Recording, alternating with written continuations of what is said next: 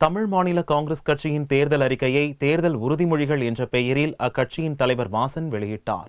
தமிழ் மாநில காங்கிரஸ் கட்சி தலைவர் ஜி.கே. வாசன் தேர்தல் அறிக்கையை தேர்தல் உறுதிமொழிகள் என்ற பெயரில் சென்னையில் வெள்ளியன்று வெளியிட்டார். பின்னர் செய்தியாளர்களை சந்தித்த அவர், ஆட்சி மாற்றம் என்ற பெயரில் திமுக பிரச்சாரம் செய்து வருகிறது.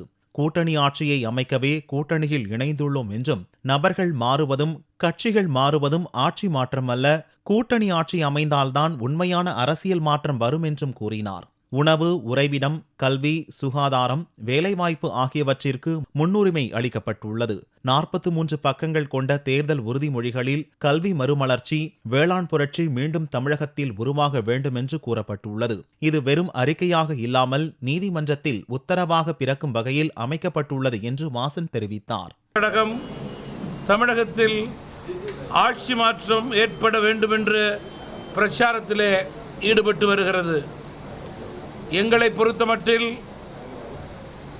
அண்ணா திராவிட முன்னேற்றக் கழகத்தினுடைய ஆட்சி மாறி மாற்றாக திமுக ஆட்சி வருவதற்காக அல்ல,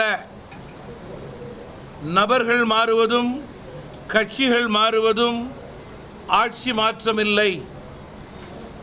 எந்த கட்சியின் தலைவர்கள் பொது வாழ்வில் தங்களை அர்ப்பணித்துக் கொள்பவர்களாக ஒரு தூய்மையான, நேர்மையான, வெளிப்படையான நிர்வாகத்தை தர முடியுமோ, தங்களுக்காக பணியாற்றாமல் மக்களுக்கு பணியாற்றுகின்ற உணர்வுகளை பெற்றிருக்கிறார்களோ, அந்த தலைவர்களை உள்ளடக்கிய ஒரு கூட்டணி ஆட்சி அமைந்தால்தான் தமிழகத்தில் ஒரு உண்மையான அரசியல் மாற்றம் வரும் என்று நம்புகிறோம்.